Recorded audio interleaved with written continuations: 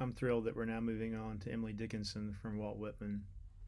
They're wonderful counters to one another. Yes, they are. And we have been enjoying the exuberance of Walt Whitman for almost a month now. His intense eroticism, his crazed yawping, his effort to embrace death and suffering and transform these negative states into muses and inspirations for his poetry. We've looked at the kind of messiness of his verse, the messiness of his life. This is very much a man who was raw and vulnerable, uh, not careful, we might say, not too deliberate, we might say, in his verse. Someone who valued spontaneity as a way of living and also as a way of composing. And the result of such are these large poems that try to encompass most everything, especially the early poems, where there's what I'm calling the totalitarian eye, where Whitman seems to want to merge with everything, not just in his immediate environment, but indeed in the entire country of the United States of America. Well, Dickinson, you can tell immediately, is radically different in almost every way. So I'm going to go through several categories and highlight some differences between the two poets. I think some of these differences are quite obvious, some less obvious, but I think it's important as we transition from Whitman to Dickinson to make some of these points. So first of all, let's think about the I of each poet, the subjectivity of each poet. We've talked a lot about the Whitmanian I, the Whitmanian self, the Whitmanian persona. And we know from several examples that this is an I that is expansive, exuberant, vulnerable. Expansive, trying to encompass huge geographies with his ability to empathetically merge with another. Exuberant, ultimately celebrating every kind of experience, from the darkest to the brightest, from the most vital to the most debilitating. But ultimately, the Whitmanian I, for all of its confidence, is also quite vulnerable at the same time, willing to admit uncertainty, doubt, weakness. We see this especially in Out of the Cradle, Endlessly Rocking, and As I Ebb with the Ocean of Life. Well, the Dickinsonian I is so different. Where Whitman is expansive, her I is one that contracts. She studies the minutiae of the world. She writes about highly particular moments and highly particularized objects. If Whitman's I is a telescope, hers is a microscope. So where he goes outward and spreads and distributes, she goes inward and latches on to the discrete. In contrast to Whitman's exuberant optimism, Dickinson is skeptical. She has a clear sense that we cannot understand the world. Perception of an object costs precise that object's loss, she says in one poem. In another poem, she says, where does the bird song come from? Does it come from the tree? No, sir, says the skeptic, in thee. So there's a sense that, well, we don't really know where a perception comes from. Does it come from outside in or from inside out? But in either case, there's a sense that we can never gain a clear, objective view of the world. Connected with this contraction and connected with the skepticism is a rather guarded poetic persona. We don't see much vulnerability. We don't see much rawness in the Dickinsonian I. In one poem in particular, A Wounded Deer Leaps Highest, she concludes by saying, "A mirth is the mail of anguish, in which it cautious arm, lest anyone spy the harm and your hurt exclaim." So there's a sense that for her, poetry is a kind of armor that protects her from revealing herself to the world. And we see this in her letters. She wrote these amazing letters to her friends, and as she developed and became older, her epistolary persona became increasingly indirect, ironic. They're mysterious in a way. Well then,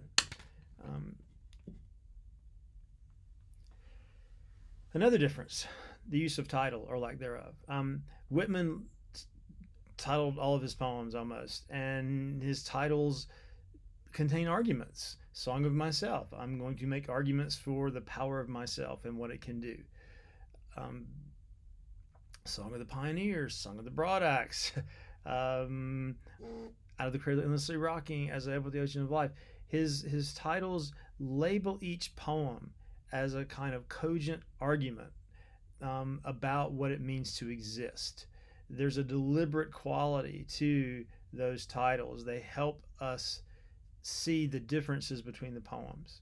Whereas Dickinson, of course, did not use titles. Now, part of the reason for this is she only published about 11 poems during her lifetime out of the almost 1,800 she wrote, so she didn't really have to come up with titles. For whom was she writing? Well, that's a burning question.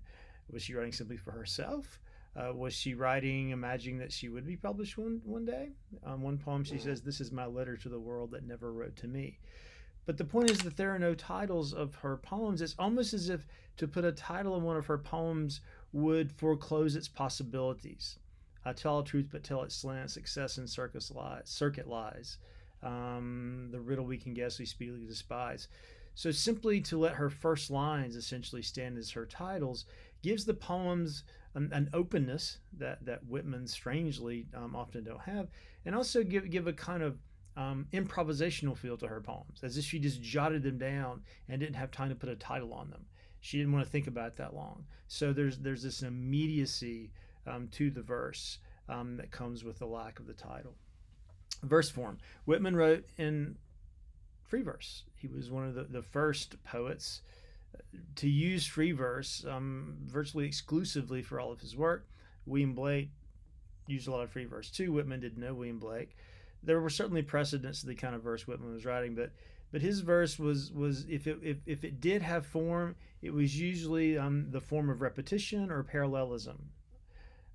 But from line to line, you can't find a regular metrical pattern. You can't find consistent rhyme schemes. Opposite for Dickinson.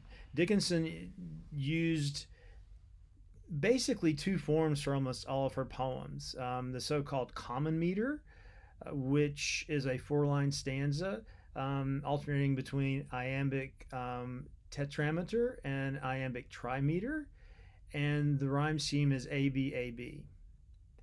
Another form that Dickinson used is similar, the ballad form, also 4-line stanza alternating iambic tetrameter with iambic trimeter, but here we have ABCB.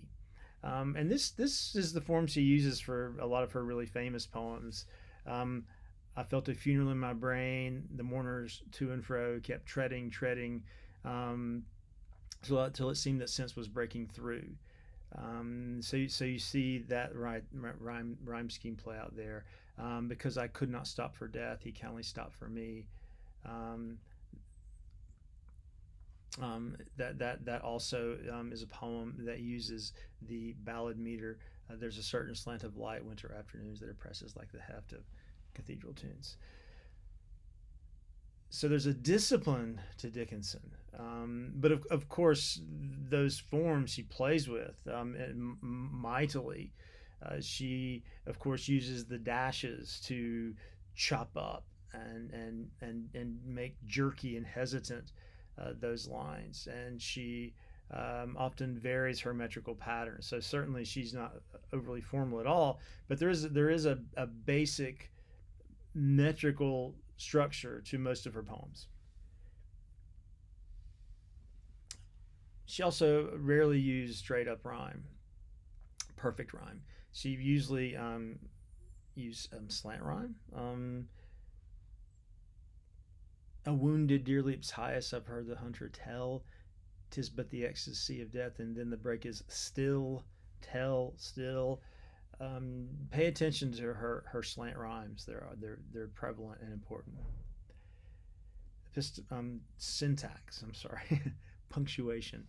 Obviously, the primary punctuation in Whitman, at least Whitman, the early Whitman, before he started editing himself and trying to normalize himself as he went through the various editions of Leaves of Grass, the ellipses.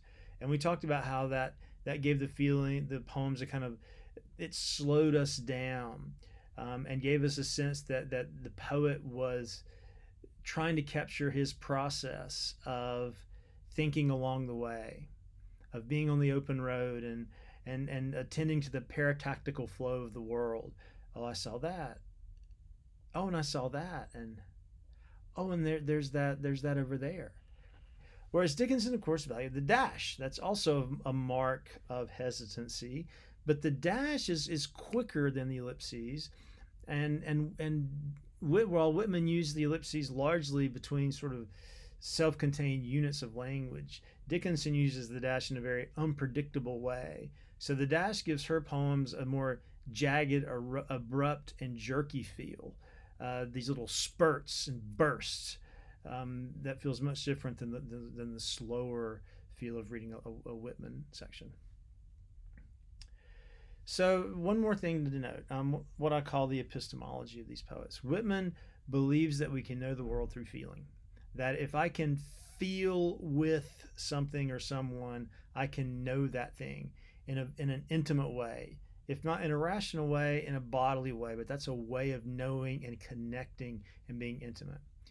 Dickinson, if Whitman says I can know through feeling, Dickinson says I don't know through thought.